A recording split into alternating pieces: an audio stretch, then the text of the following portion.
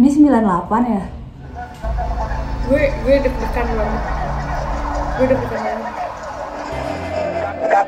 Niat kami baik mau menyambung.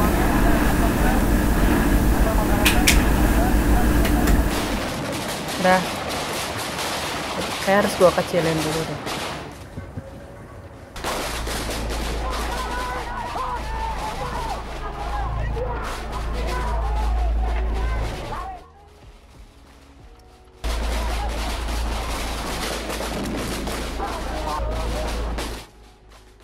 Waduh, tahun berapa ya? Kayak 98 gak sih? Tahun 98. SD tuh 2000 gue. Berarti gue paling playgroup gue di Bontang. Itu tahun pertama gue pindah ke Jakarta. Karena keluarga gue emang dari awal tinggal di Bandung, kayaknya mungkin yang orang tua gue ceritain cuma ya hal-hal yang kayak ekonomi susah dan lain sebagainya sih. Buat gue yang masih umur 6 tahun, yang berpengaruh tuh adalah kayak gue nggak bisa langsung pindah sekeluarga because of like security reason. Jadinya cuma gue sama bokap gue doang at that moment. Bapak dan ibu gue itu PNS sejati yang merasa bahwa Orde Baru itu membuat mereka sejahtera, kayak aman, terus nggak ada korupsi kayak gitu. Yang Trisakti sih pernah denger, tapi kayak cuman ada tragedi Trisakti, tapi selebihnya gue nggak ngerti. Sebenarnya kalau Semanggi 1 sama Semanggi 2-nya udah pernah dengar juga kan? To be honest nggak pernah tahu pemicu pertamanya tuh udah kayak kalau Perang Dunia 1 kan kita tahu karena apa, Perang Dunia 2 apa. Kalau kerusuhan Semanggi Trisakti tuh gue benar-benar nggak pernah tahu. Terjadi karena krisis ekonomi ya, kalau setahu gue ya, krisis ekonomi, terus kayak gejolak politik sedang tinggi-tingginya, di mana banyak banget aktivis dari pihak mahasiswa maupun masyarakat sipil yang udah gerah banget sama Orde Baru. Mahasiswa demo, setahu gue ya, awalnya sebenarnya demonya masih cukup fine. Terlalu berlebihan aja sih reaksi dari si petugasnya itu sendiri sih. Mahasiswa melakukan hal yang menurut mereka baik, tapi ternyata respon dari aparat seperti itu, ya I can say that it's not supposed to happen gitu. Maksudnya that's not how you solve the problems gitu. Menurut gue ya. Banyak sekali orang-orang yang terluka, ada yang meninggal. Serem sih, maksudnya jujur itu serem. Somehow the footage ingetin gue sama kejadian akhir tahun lalu yang demo mahasiswa itu. Kelihatan banget ya semena-menanya. Maksudku kayak itu orang jadi kayak udah maklum gitu, sampai akhirnya orang udah maklum karena saking udah biasanya banget gitu, semena-mena gitu.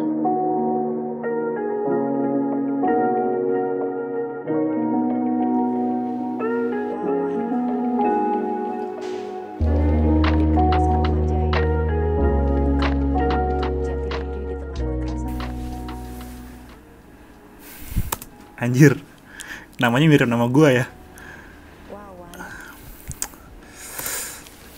Di kampus Atmajaya, kamu membentuk jati diri di tengah kekerasan politik. Wawan meninggal dunia karena ditembak oleh aparat di halaman kampusnya. Ibu temukan beberapa puisi di buku kuliahmu. Manusia harus bebas. Pejabat harus melayani, bukan dilayani, menindas, memeras, dan menyiksa.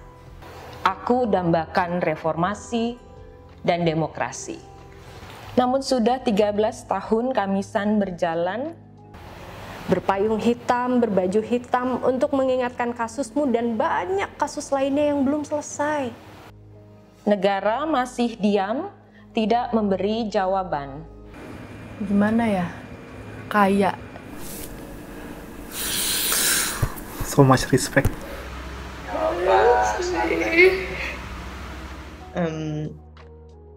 I mean, dia yang bikin aksi Kamisan itu kan. Gue sih selama nonton tadi, jujur ikutan sedih sih, even though sebelumnya gue nggak tahu ya maksudnya apa yang terjadi dengan Wawan itu. Gue kalau soal emak-emak ya, Bo, jujur gue sedih banget. Maksudnya gue kalau soal ibu-ibu gue nggak bisa deh. nggak tega gue. Dia bener-bener semangat banget buat memberikan keadilan buat anaknya sendiri, dan gue ibu pasti ngirim anaknya ke sekolah buat belajar gitu loh. Gimana perasaannya gitu pas dia denger anaknya mati, ditembak sama aparat lagi. Setelah sekian lama, kayak masa sih masih nggak ada kejelasan tentang Wawan ini. Udah perjuangin kematian anaknya pun biar nggak mati sia-sia, tapi masih nggak direspon.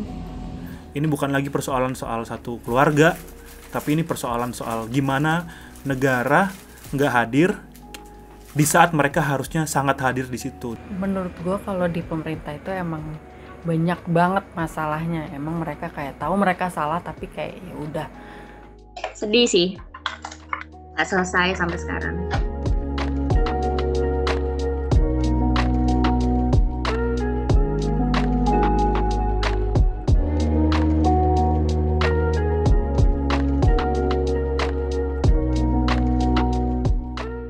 Peristiwa Semanggi 1, Semanggi 2. Telah ada hasil rapat paripurna DPR RI yang menyatakan bahwa peristiwa tersebut bukan merupakan pelanggaran HAM berat. Hah? Gimana? Hah? Bentar, gue play lagi. Peristiwa Semanggi 1, Semanggi 2. Telah ada hasil rapat paripurna DPR RI yang menyatakan bahwa peristiwa tersebut bukan merupakan pelanggaran HAM berat. Ijazah lo beli ya? Aduh, gue speechless sih. Menurut gue ini lucu sih. Lucu dalam artian ironi. Bukan merupakan pelanggaran HAM berat. ST Burhanuddin, mari kita ingat kawan-kawan. Kenapa video ini gak pernah viral gitu maksud gue? Kenapa gak pernah masuk berita? Apa emang media udah diatur untuk tidak men-shoot itu dari belakang? Menurut gue kenapa akhirnya jadi pelanggaran HAM, karena kenapa sih harus ada baku tembak, kenapa sih harus ada yang dibunuh. Kenapa itu jadi pelanggaran HAM berat? Karena banyak banget orang-orang yang jadi korban, orang-orang yang dirampas hak paling dasarnya, yaitu hak untuk hidup.